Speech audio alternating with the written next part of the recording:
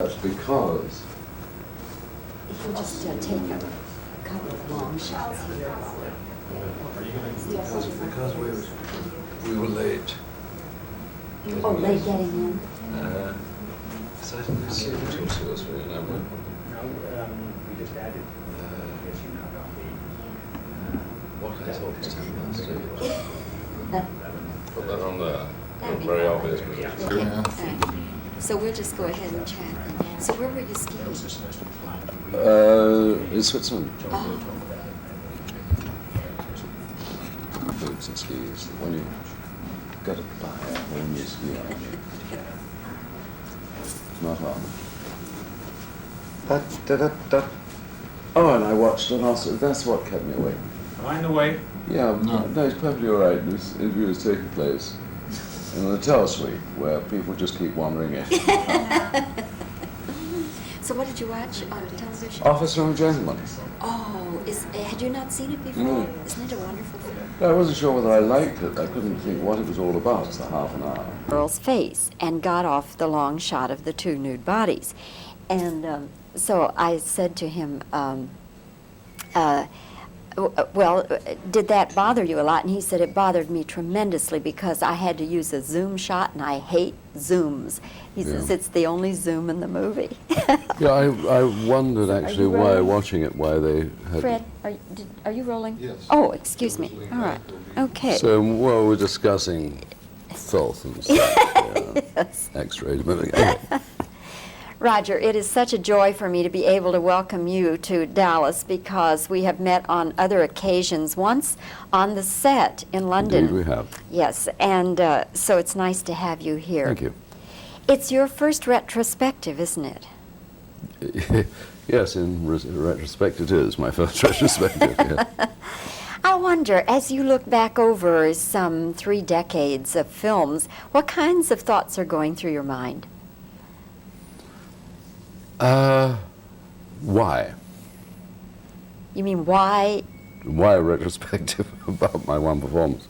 I mean, why? You know, sort of. It never occurred to me that I'd done anything at all Oh, to come on. warrant. I mean,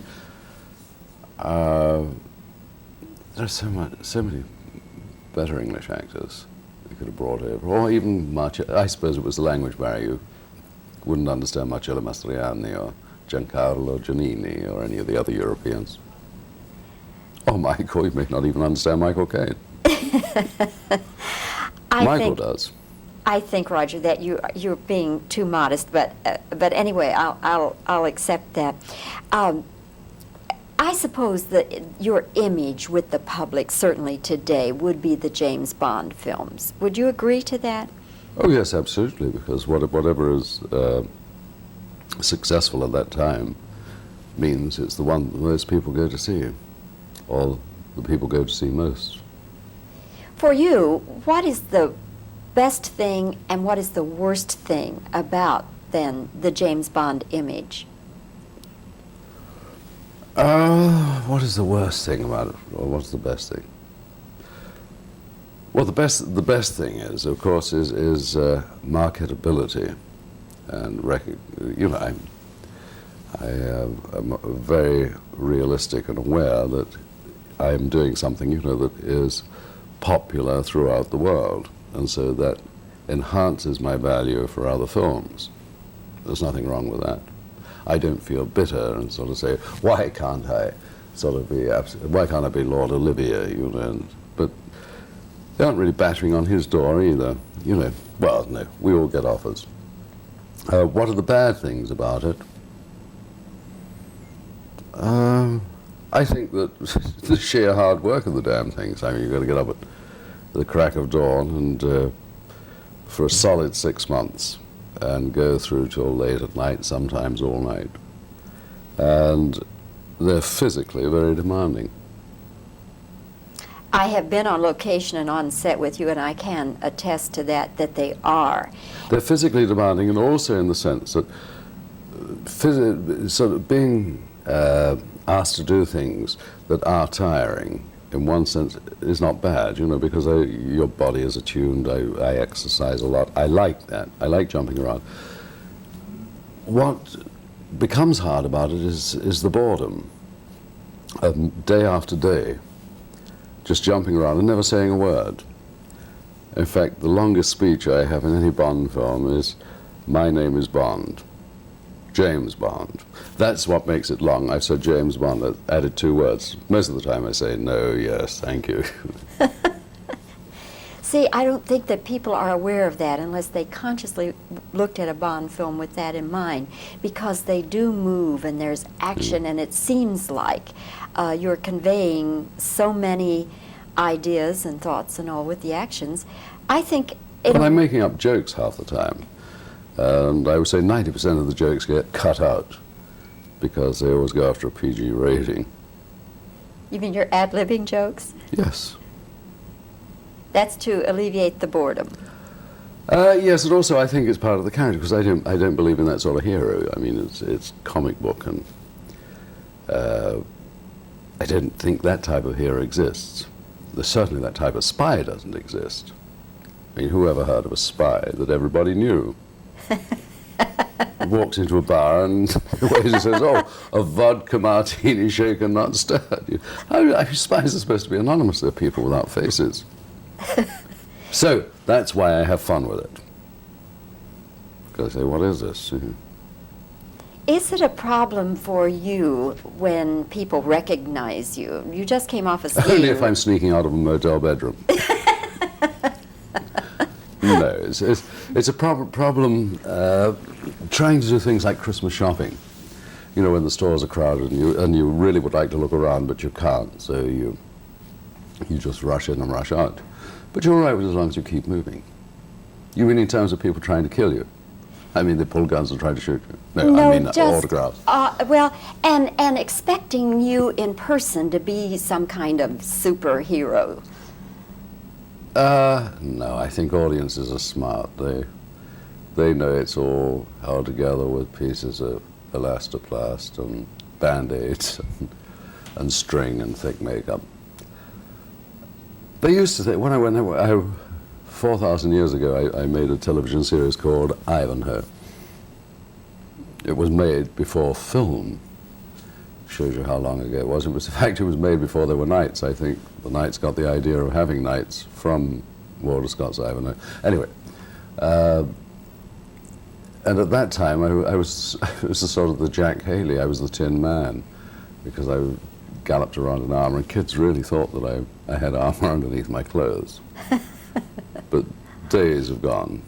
They've passed. I don't think that anymore. Roger, has the character of James Bond changed any through the years? Well, certainly since I started playing it, it changed from, you mean from the conception of the books or from the films? Well, just even in the films. Well, the films certainly, because Sean started doing it. And he did 6, and he was very different to me. George Lazenby did 1. He was very different to me, and he was also different to Sean. But they tried to make him in the Sean mold.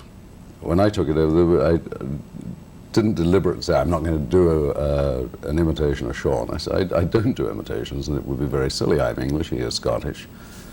We have different personalities, and these sort of parts are built around the personality of the actor. The success of a show, basically, is on the personality of actors today. Writers will disagree, directors will disagree, of course.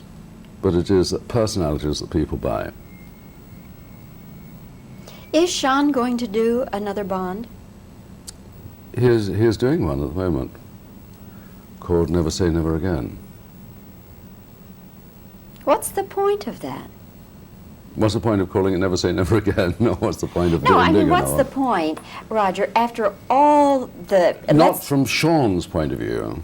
Greed on the part of the producers of the show. I think it's very obviously ripping off United Artists and Cubby Broccoli, although their contention is, this is Kevin McClory, that he gave the original idea of Thunderball to Ian Fleming and has the right to remake it. So presumably they're remaking Thunderball. But as regards Sean doing it, I would say, why not? Delighted, actors should work. And Sean's a mate anyway, of mine. You don't mind him doing Bond? No, why would I mind? Well, I don't know. I mean, I'm sure that there must be probably 15 companies at this moment throughout the world playing Hamlet. well, that's a nice, generous, professional attitude, but I think... It's not generous of me at all. Sean is stronger than I, and he'd punch me in my teeth if he saw this. Now the truth comes out. No. No, I think, why not? You know, we're not...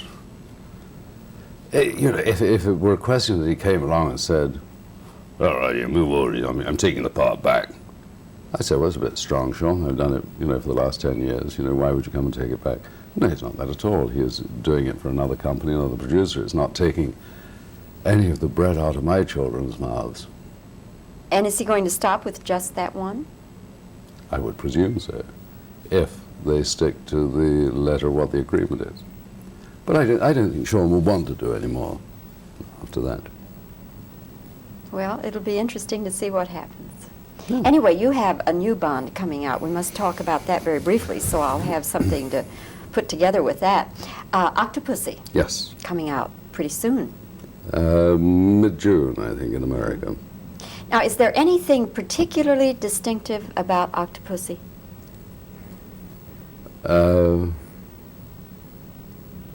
It's a difficult question because I don't understand it. Well, is there any distinctive abroad? right. Is it any different to the other Bonds? Frankly, no. It's the same story. No. Yes. We have different locales in this. We move to India. We have different girls, different villains. What about some of the action sequences? Always in a Bond movie, there is at least one action sequence that just goes through the roof for the audience. Well, I hope we have a number of them in this one. We have the usual good pre-title sequence, which takes place in a South or Central American country, and then we move to India and to Germany and backwards and forwards. And there's one sequence where you asked, before we were talking about believing in things. I'm being chased by Louis Jourdain, who is the villain, and he is Afghanistan. And so I'm chased on elephants by beaters and bearers and guns going off. I confront a tiger, snakes, crocodiles, giant spiders, horrible webs. I swing through the trees like Tarzan, and pull myself through a leech-infested swamp. I mean, that all takes place in the space of 3 minutes. But for me, it took about 3 to 4 months, that one sequence, I think, because we kept jumping around and coming back to the torture. And having to be in the swamp day after day, huh? Yeah, oh yes, it was very pleasant. What, have you sustained any injuries making Bond films? Yes, most every film. Usually on Friday when I ask for the money. I get smashed around. Mark you, if I, as I said before, I exercise a great deal. If I didn't do that, I'd be smashed around a great deal more because I would not have gone out of the way of most of the moving things that come flying at me. But broken bones ever? No, I've fractured the odd thing, and the most painful or recurring injury I have from Bond was from For Your Eyes Only, which was the last one, which was over 2 years ago, where on the ice I separated the clavicle and the acromioclavicular. It sounds wonderfully technical, doesn't it? But they and as a consequence, I had to work the next night, or I was asked to work the next night to finish the sequence. And so, being kind and generous, I said, all right. And they had an Italian doctor, because we were shooting Cortina d'Ampezzo, and who was going to give me a local anesthetic. And he said it would last for about 4 hours, and I would be able to work. Well, I'd be able to throw my arm around like this without feeling the pain. And it should have been strapped up. And so I elected to have the local anesthetic so we could finish shooting and get out of Cortina. And as a consequence, you know, the injury continued to bleed. And now I have problems with the shoulder, and it sort of flared up again on the last one because it seemed half the time I was pulling Maud Adams, who plays Octopussy, over the edge of cliffs and saving everybody's way, always with my left hand hanging from trains. And so the shoulder really got irritated, along with me. But it was I remember when I was having the local anesthetic, they have blackouts in Italy, power blackouts. And the doctor just started to fill his syringe, and then all the lights went out in the hotel, and we were shooting at night. And he said, "Dove sei?" And I'm saying, "I'm here, but you don't want to know where I am because you're not sticking the needle to me in the dark." And he's speaking Italian to me. Fortunately, I speak Italian. And he's chasing me, and by the sound of my voice, he's trying to find out. And then I feel the hand grab me. Did you hear that crack then? He grabs me by the arm, and he's trying to stick this needle in me in the dark. Oh, my Lord. The strange thing that happened with the, start with the power outage and just recount. Yeah. Oh, in Italy they have, what do we say, power stoppages? Power outage. Power what? Power outage. Oh, power outage. That's rather nice. Anyway, the lights go off, elevators stop. And the doctor was trying to give me this local anesthetic just as the lights went off, and he chased me all over the room in the dark trying to stick the needle in, and eventually grabbed me by the arm, and the needle went in about 6 different places. All in the dark. All in the dark and all for Bond, just to make United Artists rich and Cubby Broccoli rich. Well, you have made us rich this morning with your visit. It's been most Thank pleasant. you, aren't you kind? Most pleasant, Roger. I look forward to the new film. Thank you. And I look forward to the retrospective that they're doing for you here in Dallas. And thank you for coming to visit us. Thank you very much. Thank you. Thank you for asking me. That was the sound. Okay. You can just go ahead and talk. You want to ask? Oh, I see. No, this is your reaction Yeah. to whatever I'm saying. Now, would you express disbelief? It's not true. I never said that. You couldn't have done. Really? No. I tell you, I once caught Cubby Broccoli naked. And you want to know what I caught him by? I caught him by a stick of lettuce, of course. Anyway, that's just to make it appear as though I've said something quite witty. And you're laughing like mad because I'm saying I broke my arm. And that's about the string of it. Do you think they can see the wig joint from back there?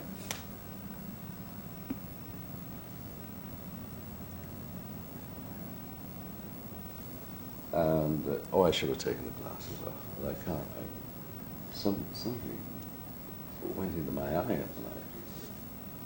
Irritating like mad. It's boring. Is that good, Fred? Yeah, I'm going to do one more change of angles here, and then we'll be fine. Tell me about the doctor If you want, chasing you around I there. can re-ask one question on the two-shot if you want. What we'll have to do then on this two-shot, Roger, you'll have to start to answer the question. Just start so that we have your head doing something, like you're talking. Okay. Okay. So that's my action, Okay. my 2 bits of animation. I can move it to the right and move it to the left.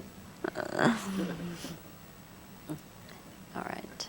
Say when, Fred. Anytime. Oh, okay. What are some of the spectacular things you have to do in Octopussy? Well, it's a very difficult question to answer because I don't remember having answered that question before. Yeah, it cuts with all that swinging around and okay. Already. Pardon me? Oh, okay. All right. Okay. What is it like when you go out in public? Well, no, it's fine as long as, I'm not trying to do shopping or things like that. Okay. What do you think about Sean Connery doing another James Bond? Well, I say, you know, he's a faggot.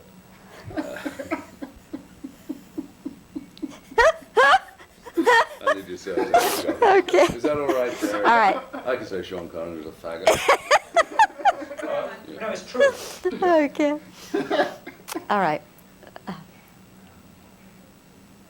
Roger, for you, Roger, for you playing James Bond, what is the worst thing about it, and what is the best thing about it? Well, the worst thing about it is I have to get up and go to work. The best thing is it pays the rent. Okay. Okay. I'm gonna move something here. Oh yeah, it looks good. Okay. Okay. Ready? We're rolling. All right. Little reaction.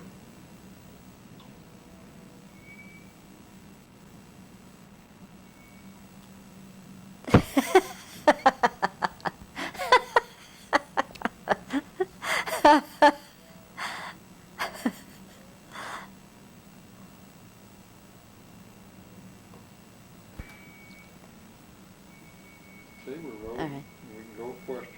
Okay. Roger, this is your first retrospective. What are your thoughts about it?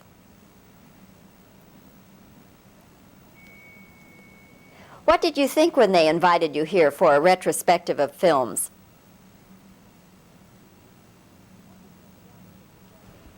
What was your reaction when they invited you to come here for a retrospective of your films?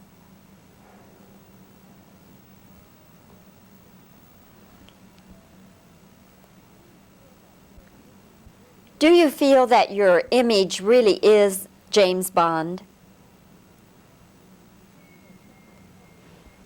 Do you resent the public having an image of you of only James Bond?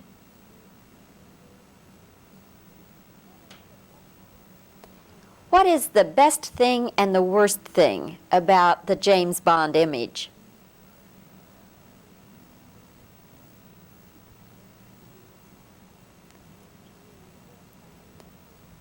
Doing James Bond must be very difficult work.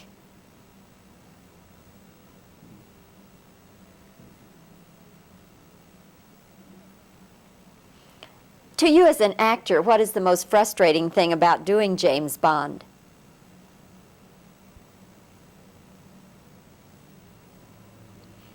Okay. Okay.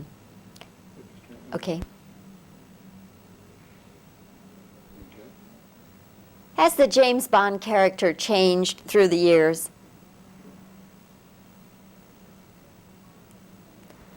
When you came into James Bond, what did you decide that you would or wouldn't do with the character?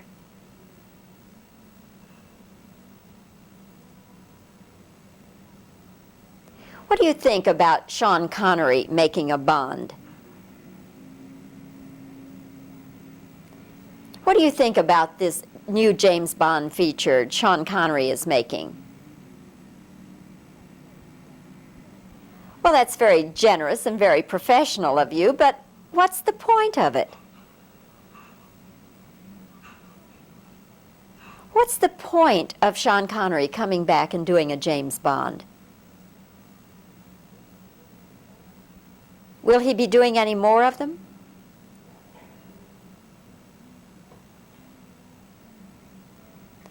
Okay. Physical injuries. Yeah, thank you. The James Bond pictures are so physical. Have you had any injuries? Any broken bones? Have you ever broken a bone making...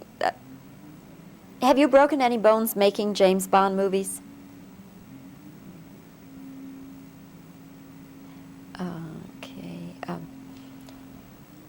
What are some of the spectacular things we'll see in Octopussy?